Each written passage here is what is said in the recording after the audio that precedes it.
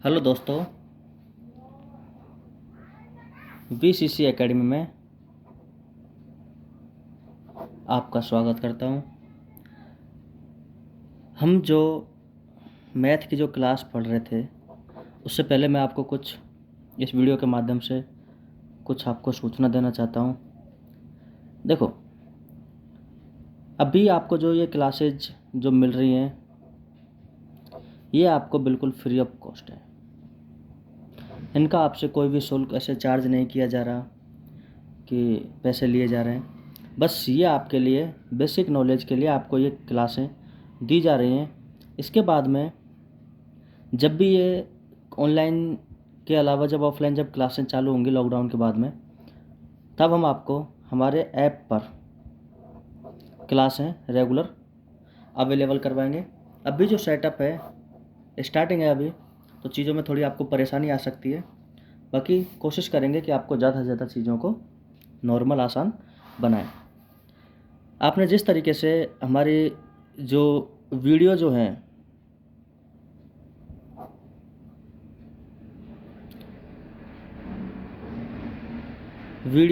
अपने उन वीडियोज़ पर जिस तरीके से आपने रेस्पॉन्स दिया है अच्छा लगा। जैसे अभी देखो नया चैनल है, टाइम लगता है हर चीज़ में, लेकिन आपने फिर भी एक हमारी जो क्लास है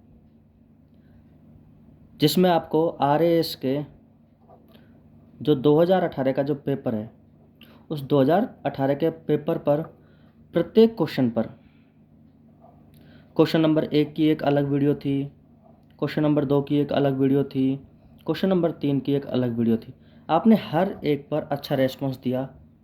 और भी जो वीडियो हैं साइंस वगैरह की जो चल रही हैं, मैथ वगैरह की, उन पर भी आपने अच्छा रेस्पॉन्स दिया है।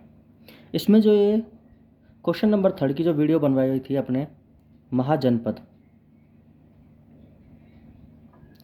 इस वीडियो पर आपने लगभग 5 से 6 दिन में या 7 दिन में आपने 1K प्लस व्यू इस पर हुए हैं। और जो वॉच टाइम जो आया है, देखो छोटे चैनल के लिए बहुत बड़ी बात होती है। जब स्टार्टिंग होती है किसी चीज़ की तो एक एक व्यू लाना भारी हो जाता है। खुशी मिलती है 10, 15, 20, 50, 100, 1000 व्यू, और लगभग 120 घंटे लोगों ने इसको देखा है। तो 120 आवर बहुत होता है एक छोटे से चैनल के लिए। तो इसके लिए आपको थैंक्स। आप इसी तरीके से ज़्यादा से ज़्यादा लोगों तक इसको आप फैलाएं। अच्छा तरीके से आपने जिस तरीके से हमारे को रेस्पॉन्स दिया, हम भी आपको उतनी ही वीडियो आपको बना रहे हैं। अभी जो हमारी जो क्लासें चल रही हैं, लास्ट क्लास तक हमने वर्ग के बारे में अपन बात कर रहे थे। वर्ग क्या होता है? सबसे पहले मैंने आपको वर्ग के बारे में बताया कि संख्याओं का गुणा करना। फिर मैंने आपको जब किसी का इकाई अंक 5 हो तब उसका गुणा होता है, तो क्या करते हैं अपन। किसी का इकाई अंक अगर 5 ना हो तब अपन क्या करते हैं, कैसे वर्ग करते हैं। फिर अपन जो जो पूर्ण वर्ग संख्याएं थी उनके क्या पढ़ रहे थे अपन, गुणधर्म, पूर्ण वर्ग संख्याओं से संबंधित गुणधर्म।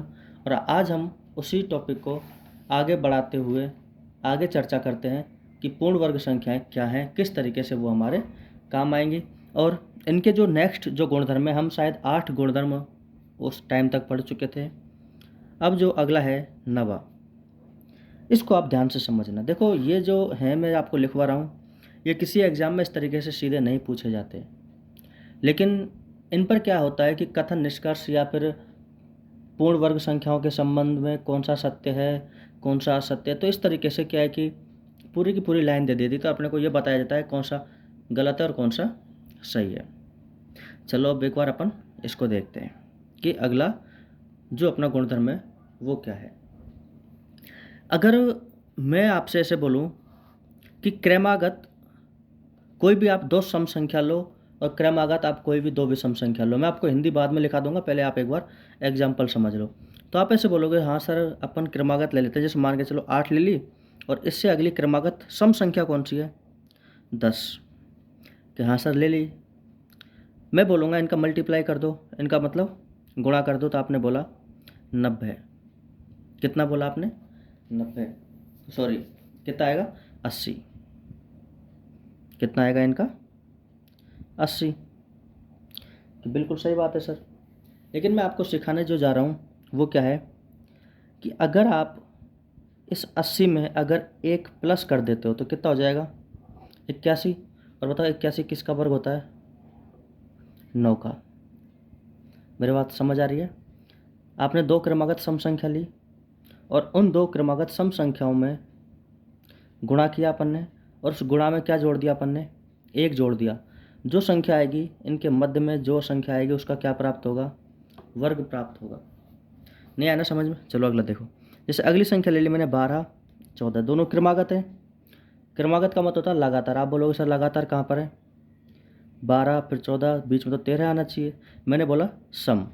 तो दो क्रमागत आपने सम संख्या ली और जब आप इनका गुणा करोगे तो आएगा कितना 168। कितना आएगा 168। आप गुणा करके देख लेना। 14 दूना 28 हासिल 2, 14 एकम 14 और 2 16, 168। अब मैंने बोला यदि आप इसमें अगर एक प्लस कर देते हो, कितना प्लस कर देते हो एक, तो कितना बन जाएगा बताओ 169। और एक किसका वर्ग होता है 13 का, मतलब इनके बीच का। अब बोलो साहब ठीक है ये तो आपने बता दिया। अब विषम संख्याओं के बारे में कैसे। जैसे कोई भी आप क्रमागत विषम संख्या ले लिया आपने दो, जैसे 11 और 13, ठीक है।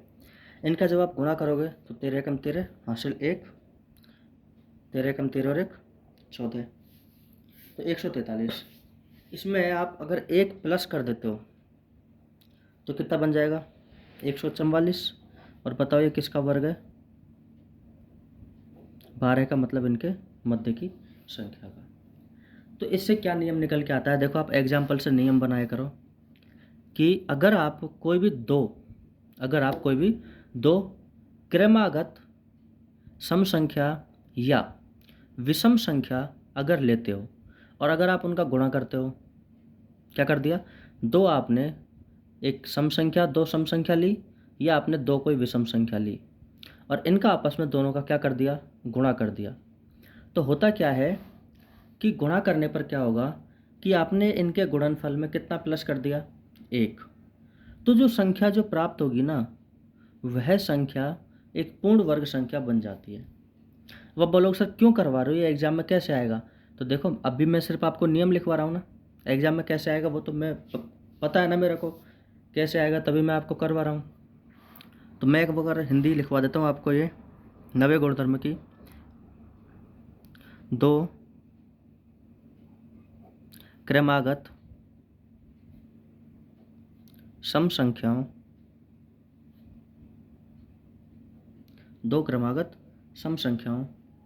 या दो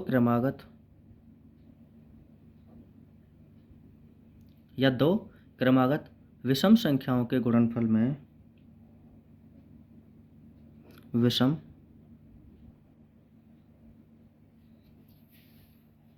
संख्याओं के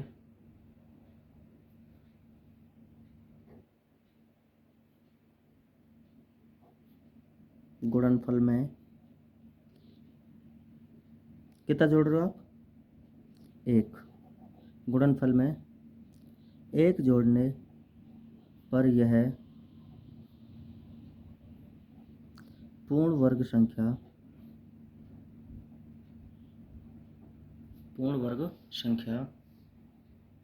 बन जाती है। कैसी संख्या बन जाती है पूर्ण वर्ग संख्या बन जाती है। अब देखो मैं आपको इन्हीं एग्जाम्पलों को वापस नीचे लिख रहा हूँ।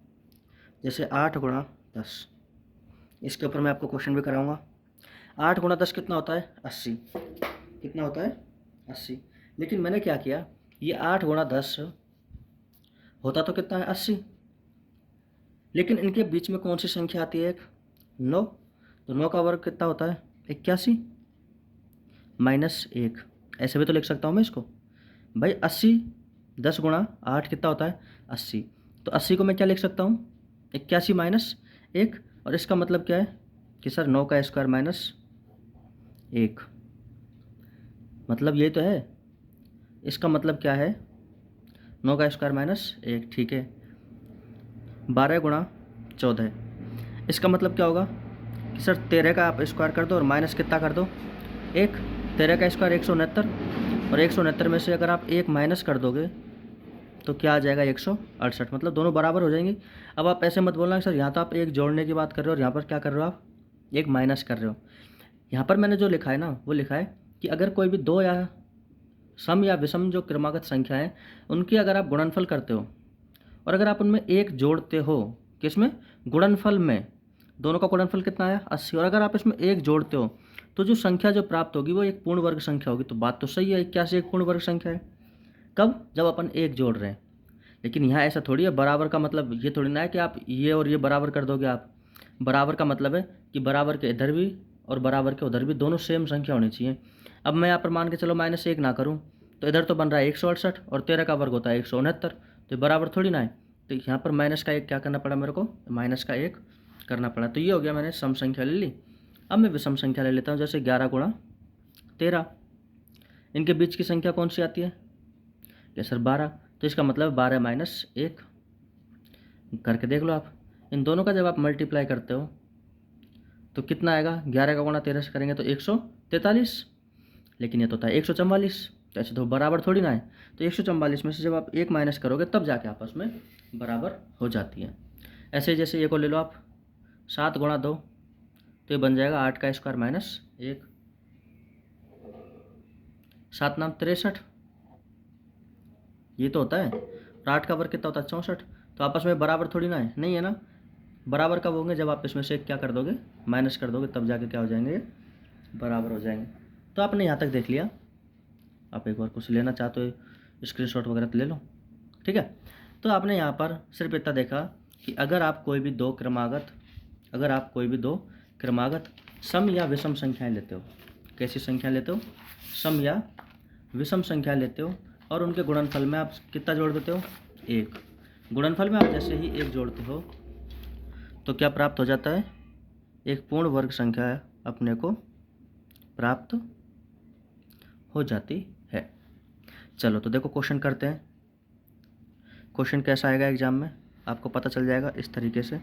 देखो कि यदि, बहुत अच्छे क्वेश्चन है, यदि 784 गुणा 786 बराबर एक्स स्क्वायर माइनस 1, तो एक्स का मान ज्ञात करो। और देखो कितना प्यारा क्वेश्चन है, पता ही नहीं चले। एग्जाम में अगर ये आ गया ना तो जिन्होंने नहीं सीखा तो वो गुणा ही करते रहना, इसका इससे किया और पता नहीं क्या क्या, फिर एक को इधर लेके आओगे प्लस में आएगा और इनका ऐसे स्क्वायर हटाओगे इधर अंडर रूट करो, तो हवा ही नहीं लगे क्वेश्चन में। और एक क्वेश्चन को करने के लिए आपको सिर्फ और सिर्फ 5 या 10 सेकंड मिल पाती हैं, ठीक है। फिर आप ये मत सोचना हमारी तैयारी अच्छी थी, एग्ज़ाम भी अच्छा हुआ, सर टाइम नहीं मिला, तो ये गलत बात है, ठीक है। करना कैसे मैं आपको सिखा रहा हूँ। देखो सबसे पहले आप ये देखो 784 786, मैं जितना बोल रहा हूँ आप उतना देखते चलो। वो जो हिंदी लिखाई थी वो भूल जाओ अभी, आप सिर्फ ये देखो 784 786 दोनों सम संख्या है ना, और दोनों सम संख्या होने के बावजूद, सम संख्याएं तो हैं लेकिन कैसी हैं, क्रमागत। कैसी हैं, क्रमागत। तो आपके तुरंत दिमाग में आना चाहिए कि जब दो क्रमागत संख्याएं होती हैं और उनका जब गुणनफल अपन करते हैं, क्या करते हैं, गुणनफल, तो जो बराबर की जो इधर जो संख्या आती है आप जानते हो ना, इनके जो बीच में जो संख्या होगी वो उसका स्क्वायर और माइनस का 1, तो 784 786 और इनके बीच में क्या आएगा 785, क्या आएगा 785। तो इसका मतलब है कि देखो 784 गुणा 786 बराबर 785 का स्क्वायर माइनस का 1, राइट। अब आप इन दोनों का गुणा कर लेना, इसका वर्ग निकाल लेना, उस वर्ग में से जब एक माइनस करोगे तो दोनों आपस में क्या आ जाएंगे, बराबर। आपसे पूछा क्या है कि x का मान बताओ, तो x तो यही तो है, तो आप x का मान आसानी से बता सकते हो कि सर x बराबर कितना आ जाएगा 785। अब इतना करने की ज़रूरत नहीं है, ज़्यादा ज्ञान बांटने की ज़रूरत नहीं है वहाँ जाके एग्ज़ाम में कि आप ऐसे करके आओ और पता नहीं क्या क्या करके आओ। अब मैं आपको सीधा बता रहा हूँ, एक और एग्जाम्पल देके कैसे करके आओगे वो देख लो। अभी क्वेश्चन आ गया, यदि 1023 गुणा 1025 प्लस 1 बराबर एक्स स्क्वायर, तो आप x की वैल्यू ज्ञात करो। तुरंत दिमाग में आनी चाहिए 123, 125 दोनों विषम है, क्रमागत विषम संख्या है। अब आपके दिमाग में आया सर इधर तो प्लस का 1 है, अरे बावड़ो इधर जाएगा तो किस में हो जाएगा, ये माइनस में, तो ये तो बने 1023 गुणा 1025 बराबर x² माइनस का 1, ये तो बनेगा। ज़्यादा ज्ञान झाड़ने की जरूरत नहीं है, क्वेश्चन देखो आप। 1023, 1025 बीच में क्या आना है 1024, कितना आना है 1024, तो x का मान 1024। कुछ समझ आ रहा है? तो x का मान कितना आ गया 1024। ठीक है, यहाँ तक कोई प्रॉब्लम हो तो बताओ। देखो अगर देखो आपको कोई भी अगर प्रॉब्लम हो ना तो वो आप कमेंट कर दिया करो, ठीक है ना। चलो एक और क्वेश्चन मैं आपको लिखा देता हूँ। 1036 गुणा 1038 प्लस 1 बराबर x²। तो x का मान ज्ञात करो। 36, 38 क्रमागत है, सम संख्या है, प्लस का 1 उधर जाएगा तो वो तो हो जाएगा, माइनस का तो बन जाएगा, इसको लेना देना नहीं, तो x² माइनस 1 बन गया, तो बीच में क्या आ जाएगा 1037 इज राइट आंसर। क्वेश्चन देख के फटाफट किया करो, ठीक है। चलो तो अपन ने 8 पहले वाली जो क्लास थी वहाँ तक पढ़ लेते नियम, 9वां ये पढ़ लिया था अपन ने। 10वां एक आप मैथमेटिकली आप इसको याद रखना। देखो होता क्या है मैथमेटिकली, मैं आपको एग्जांपल समझा रहा हूँ, ठीक है। सबसे पहले मैं आपको एग्जांपल दे रहा हूँ कि आपको आंसर निकालना है 7² प्लस 8² प्लस 56 का स्क्वायर बराबर x² हो, तो आपको x की वैल्यू निकालनी है, किसकी, x की।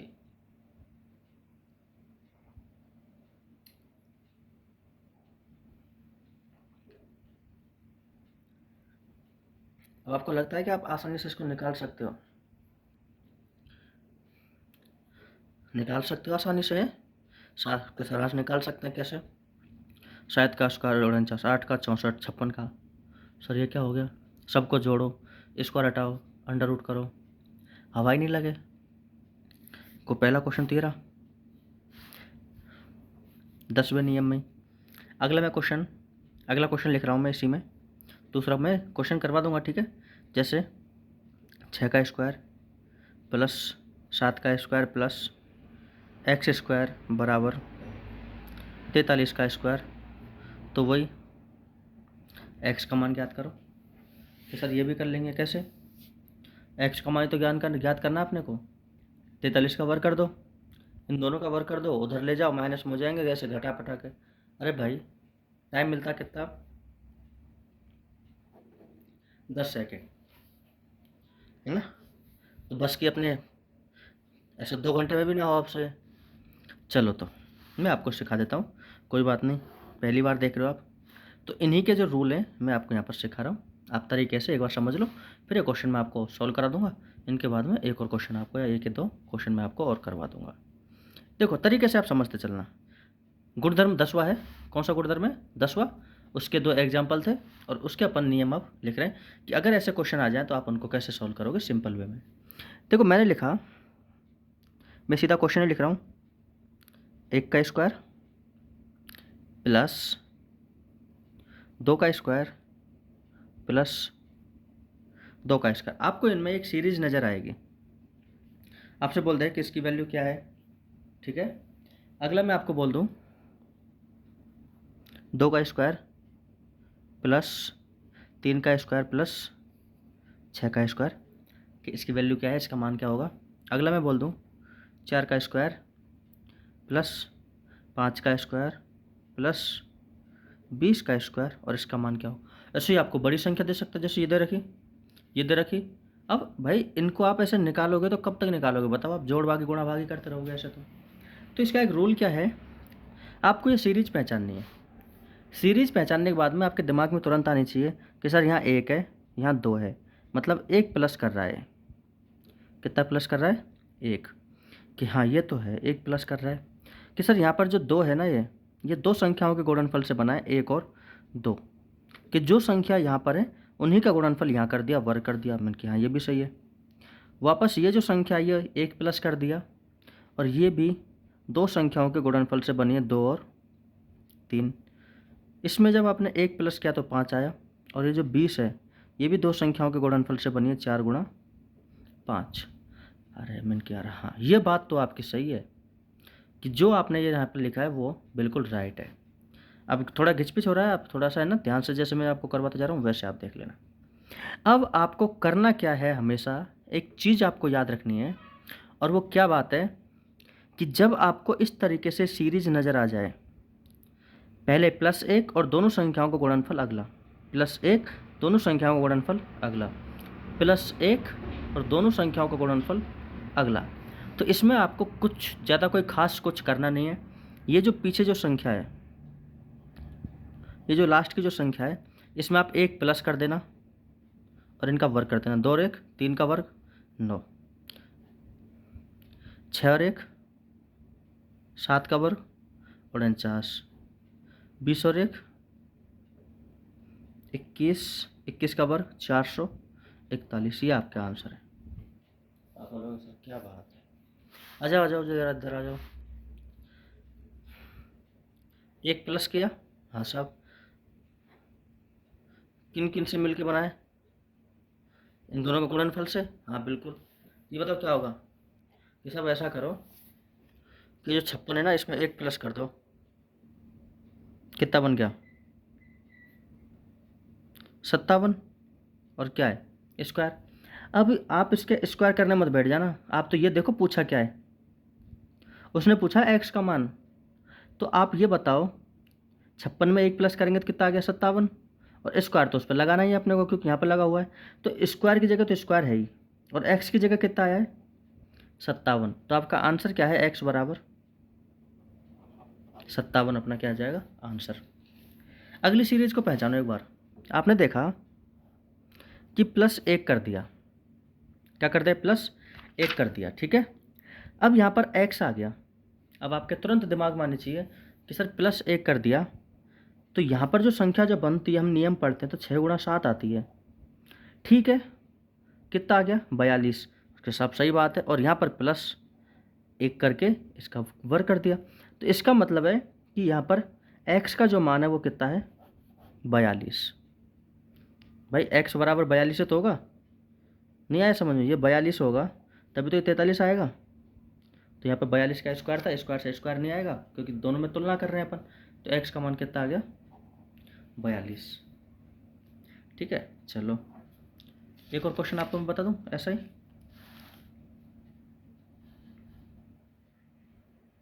चलो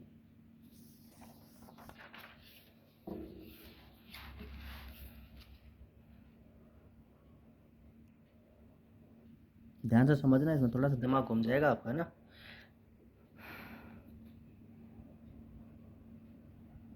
20 का स्क्वायर प्लस k प्लस 420 का स्क्वायर बराबर 421 का स्क्वायर, तो वही k का मान आपको चाहिए। अब ये बताओ दिमाग में कुछ आ रहा है, देखो अभी अपन ने ट्रिक पढ़ी है पीछे वाली, इसलिए आपके दिमाग में तुरंत आ रहा है। अगर वहाँ पर ये क्वेश्चन इस तरीके से आ जाए ना तो हवा ही नहीं लगे, ठीक है। भूल जाना फिर आप मैथ कैसे पढ़ते हो, सर इंटरेस्ट नहीं आता, मन ही नहीं करता। मन तो तब करें ना जब अपने को सवाल सॉल्व होए, अपने को आंसर उसका आए, और जो आंसर आना नहीं है तो फिर सॉल्व कैसे करोगे, नहीं होगा सॉल्व वो। तो करना कैसे वो देखो आप, तो जो आपको आता है ना वो देख लो आप। तो यहाँ 20 है, 420 है, 421 है, तो आपके दिमाग में आना चाहिए सर 420, ये 421, मतलब इसमें 1 प्लस कर दिया अपन ने, कितना प्लस कर दिया 1, और यहाँ पर कितना है 20, कितना है 20। अब आपने थोड़ा सा सोचा कि ये जो 20 है ना, इस 20 से अगर यहाँ पर अपन ये जो संख्या लाना चाहते हैं तो किसका गुणा करेंगे कि सर 21 का, और यहाँ पर क्या होता है इसका वर्ग होता है ना, फॉर्मूले के तरीके के हिसाब से यहाँ पर क्या होता है वर्ग होता है। क्यों कि जब अपन इसमें 1 प्लस करते हैं, यहाँ 20 और 1 प्लस करेंगे तो 21, और ये जो संख्या बनती है दो संख्याओं के गुणनफल से बनती है, तो 20 गुणा 21 से क्या बनेगी 420, बिल्कुल सही है। और अगर इस तरीके से बन जाए तो जो लास्ट वाली जो संख्या है 420, इसमें 1 प्लस कर दो और 1 प्लस करके उसका क्या कर दो आप, वर्ग कर दो, तो ये इस तरीके से आ जाएगा। तो अब यहाँ पर पूरा का पूरा के दे रखा है और के का मान यहाँ से आया 21 का स्क्वायर। अब आप गलती से ये मत कर देना कि के बराबर 21, गलत हो जाएगा। क्यों? क्योंकि अगर यहाँ पर स्क्वायर लगा के रखता ना ये, जब तो के बराबर 21 आ जाता, लेकिन यहाँ पर इसने स्क्वायर नहीं लगाया। जब स्क्वायर नहीं लगाया तो पूरा के का मान है 21 का स्क्वायर और 21 का स्क्वायर होता है 441। तो ये होगा अपना आंसर। आंसर यहाँ तक समझ आ गया? चलो अच्छी बात है। अब अपन आगे देखते हैं। जैसे नियम नंबर आपको बता देता हूँ मैं 11। देखो, जैसे मैंने संख्याएं ली, कौन सी संख्याएं ली वो आप देखते हुए चलना, बता दूंगा मैं भी। जैसे 1 लिया मैंने, और 1 का वर्ग किसका वर्ग होता है? 1 का। फिर मैंने 1 और 3 ले लिया, इनको जोड़ दिया। 4 और 4 किसका वर्ग होता है? 2 का। अभी समझ आ जाएगा पूरा। फिर मैंने ले लिया 1 3 5, 5 और 3 8 और 1 9, 9 किसका वर्ग होता है? 3 का। फिर मैंने 1 3 5 7, 7 5 12 और 3 15 और 1 16, ये किसका वर्ग होता है? 4 का। कुछ दिमाग में आ रही है आपके दिमाग में आनी चाहिए कि हम जैसे क्रमागत विषम संख्याओं का जब योगफल करते हैं ना, तो वह एक पूर्ण वर्ग संख्या होती है। दोबारा समझो, मैं लिख रहा हूँ यहाँ पर कि प्रथम n विषम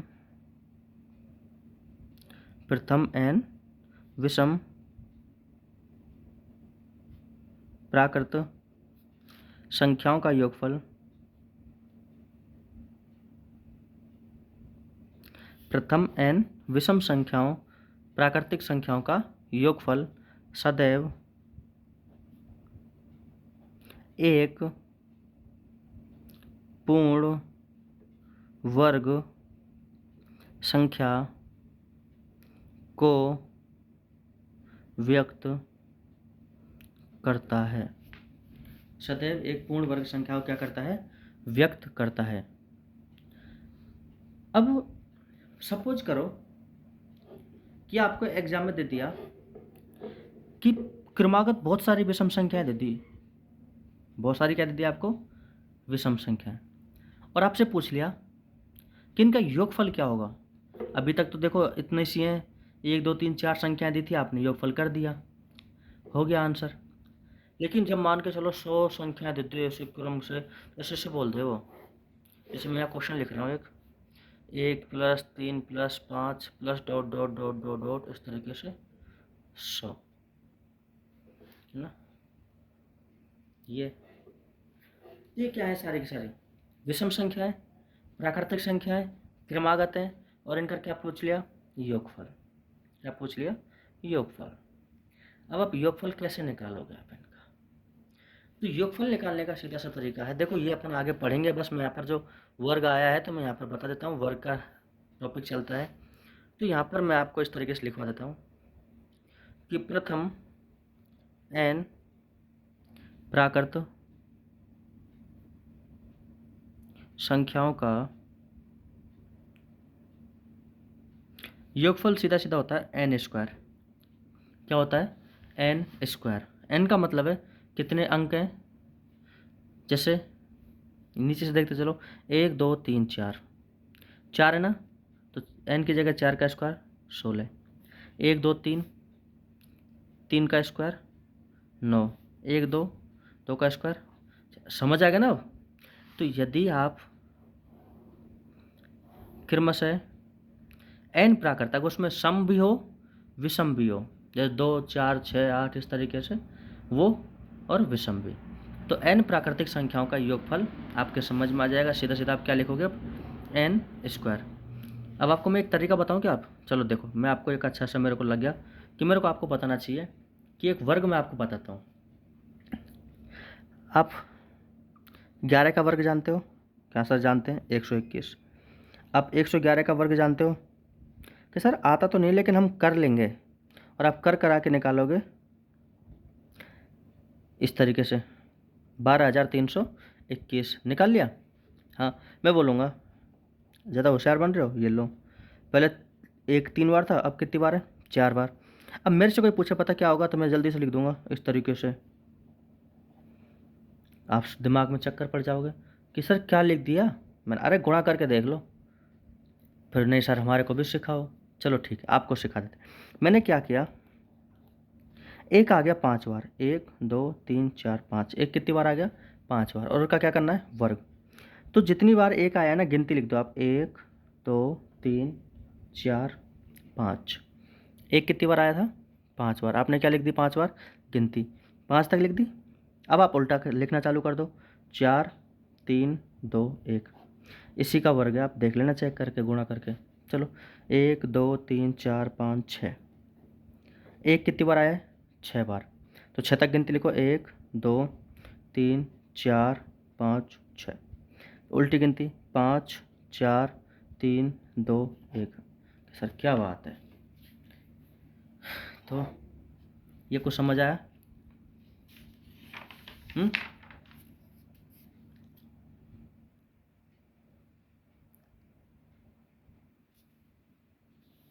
चलो एक बार इसका स्क्रीनशॉट ले, मैं पानी वानी पी लेता हूँ।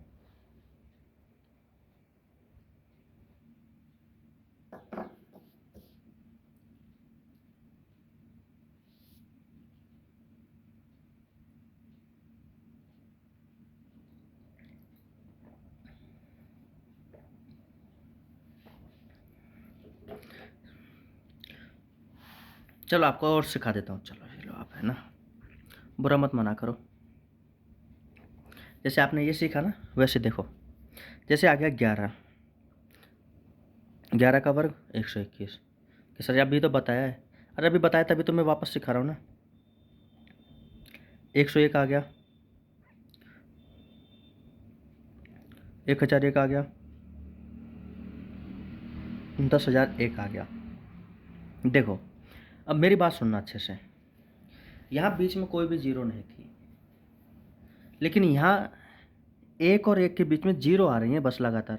11 था, अभी भी एक इधर है एक इधर है, बीच में क्या है, जीरो, एक इधर है एक इधर है, बीच में 2 जीरो, एक इधर एक इधर, बीच में 3 जीरो। तो देखो अपने को लिखना तो यही है, 1 2 1, क्या लिखना है, 1 2 1, ठीक है। किस तरीके से लिखना है, यहाँ जीरो आ रही है ना, तो 1 0 2 0 1, भाई अपन 11 का वर्ग लिखते हैं सीधा सीधा कितना लिखते हैं, 121, लेकिन अब जीरो कितनी आ रही है, एक जीरो आ रही है ना, तो एक जीरो पहले लिख दो और एक जीरो बाद में। जैसे एक कितनी जीरो है, 2, एक जीरो 2 जीरो और फिर 2, एक जीरो 2 जीरो और फिर 1, जितनी जीरो हैं उतनी जीरो 2 से पहले और 2 के बाद में। 1 3 जीरो ना, 1 2 3 और फिर 2, फिर कितनी जीरो, 1 2 3 और फिर 1। चलो आप करके बताओ अभी, 4 जीरो लिख दी मैंने और ये 1। आप बोलोगे सर अरे क्या फालतू फालतू बात कर रहे हो, 1 1 2 3 4 2, 1 2 3 4 1, ये लो। कोई ऐसी बात थोड़ी ना है कि सर हमको नहीं आता हो तो इसका वर्ग हो जाएगा ये। चलो सीख गए होंगे अब आप लोग, बहुत अच्छी बात है, शाबाश। अब अपन आगे बात करते हैं, ठीक है।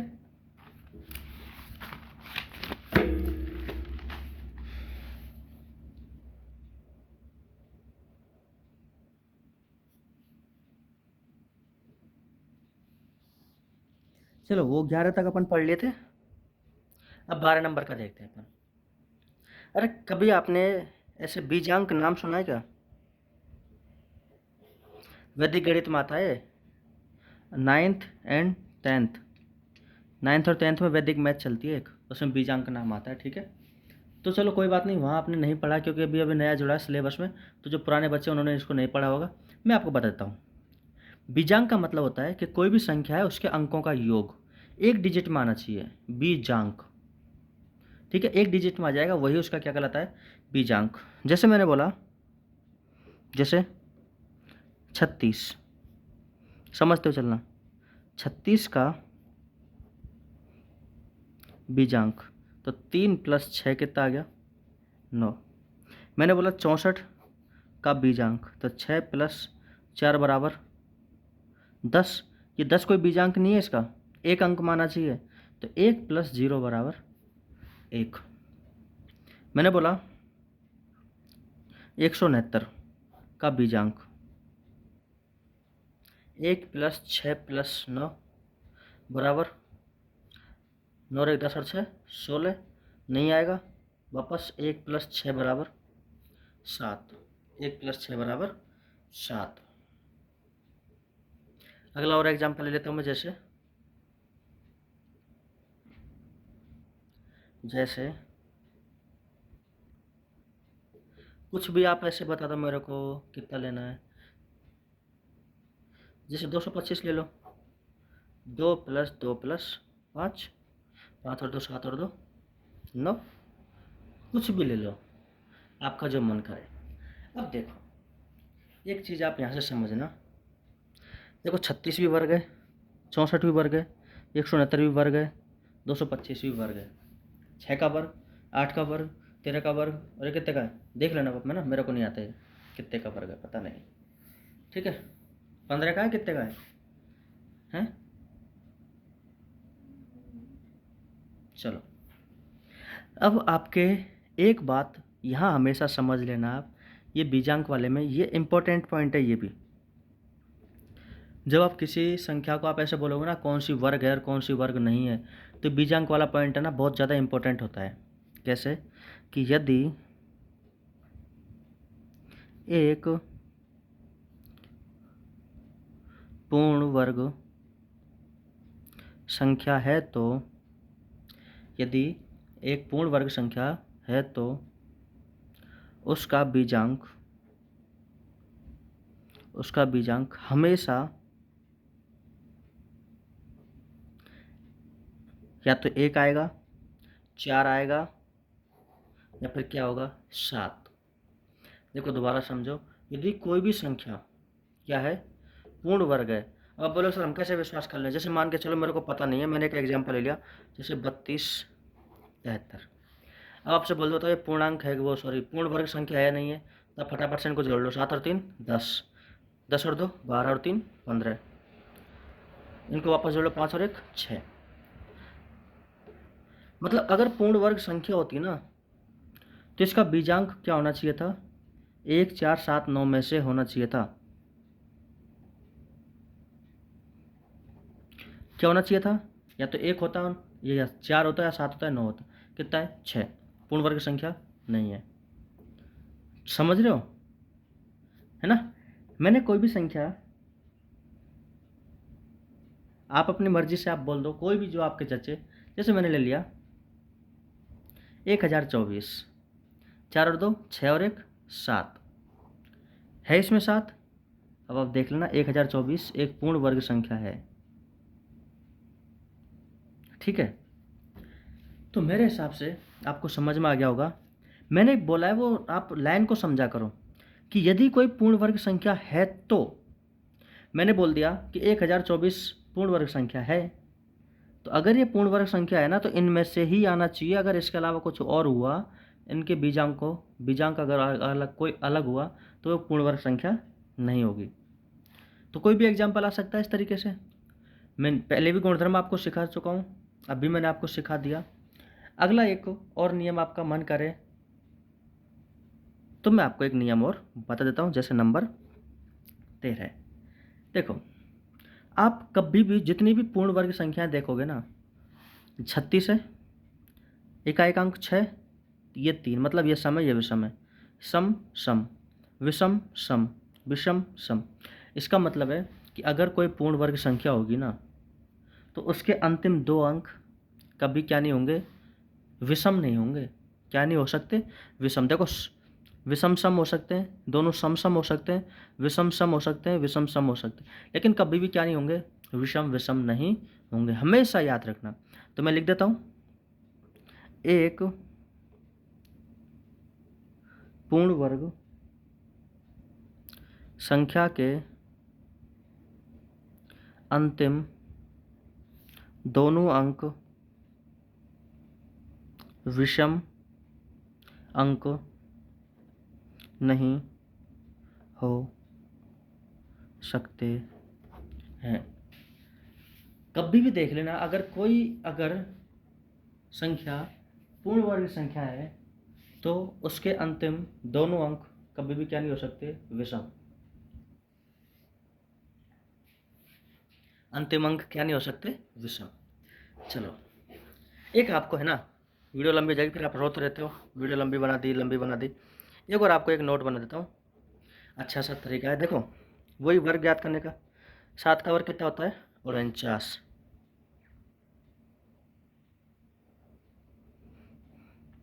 67 का वर्ग 2 बार 6 और फिर 7 का वर्ग, 3 बार 6 और फिर 7 का वर्ग।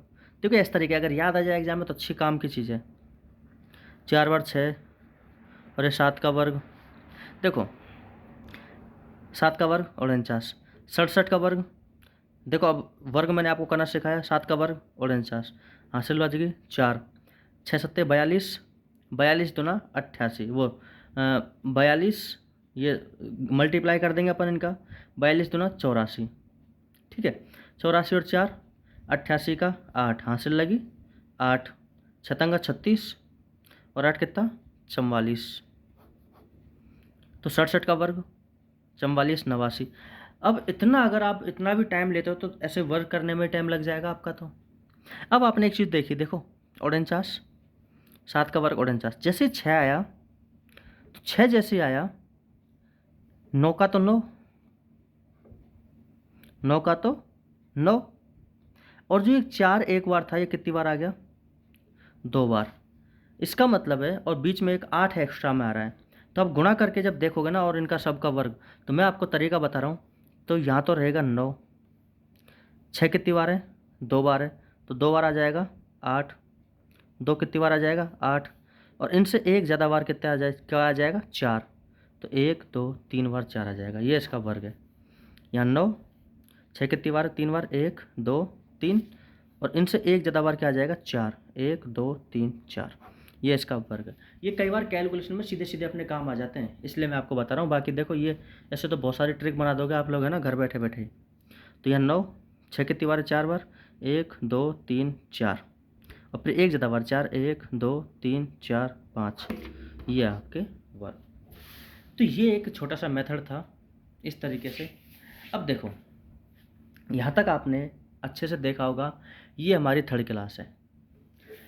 अगर आपको वीडियो पसंद आए तो लाइक करें, शेयर करें,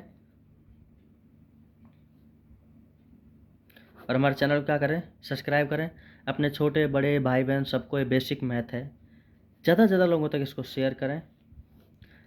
क्योंकि देखो आप बड़े क्वेश्चन कर सकते हो, लेकिन ये जो छोटे छोटे ना, ये जो मैं आपको करवा रहा हूँ, ये आप हर किसी से नहीं पढ़ पाओगे। मैं भी फ्री हूँ। देखो पहली बात तो मैं मैथ पढ़ाता नहीं हूँ, हैं, तो बस मैं बैठा बैठा टाइम पास नहीं होता मेरा भी, मैं आपको पढ़ा देता हूँ, ऐसे मन ही नहीं करता मेरा, तो फिर मैं करवा देता हूँ। चलो मैं इनके बच्चों से मज़े ले लेते हैं कुछ, और आप देखते भी हो उनको। लेकिन अच्छी बात है देखते हो, क्योंकि आपके काम की चीज़ है। जब तक ये ऐसे लॉकडाउन का सिस्टम चलता है मैं आपको ये वीडियो कराता चलूँगा। वैसे जो अपने ऑफलाइन जो क्लासेस चलती हैं उनमें अपने टीचर्स पढ़ाते हैं, मैथ अच्छा समझाते हैं, वो बहुत बढ़िया पढ़ाते हैं। मैं तो बस आपका टाइम पास करा रहा हूँ। बस ये है कि वहाँ पे क्या है कि कई बार चलती चलती क्लास में बच्चे तो होते ही हैं। हमारे टीचर ने, जैसे बच्चे आके मेरे को ऑफिस में बोले कि सर ने ऐसे लिखा था कि 8 बराबर 64। हमारे सर ये समझ नहीं आया कि ये 8 बराबर 64 आया कैसे। मैंने पूछा उनसे कि मैंने कि सर ने कुछ पूछा भी तो होगा, कुछ बोला भी तो होगा, कि आंसर कुछ ऐसे बोल रहे थे 8 का वर्ग 64 8 का। मैंने कि फिर कि सर हमारा तो ये समझ नहीं आया, वो बोल रहे हैं वो तो आ गया, कि 64 कैसे आया। मैंने कि बच्चा जो उन्होंने बोला ना 8 का वर्ग 64, इसका मतलब है 8 का स्क्वायर, और 8 का गुणा जब 8 से करते हैं मल्टीप्लाई तो क्या आता है 64। इसी को अपन वर्ग कहते हैं, स्क्वायर कहते हैं। तो छोटी छोटी चीज़ें ये यहाँ दिक्कत नहीं आनी चाहिए। ठीक है, इसलिए मैं आपको करवा रहा हूँ कि आप ये ना भूल जाओ कि 8 का वर्ग कोई कुछ और होता है, 64 कैसे आया, x क्या है, y क्या है, ये तो और बात करते हैं नेक्स्ट क्लास में। आज के लिए इतना ही। तो धन्यवाद, आपका प्यार और सहयोग इसी तरीके से बना रहे। तो थैंक यू, आज के लिए इतना ही।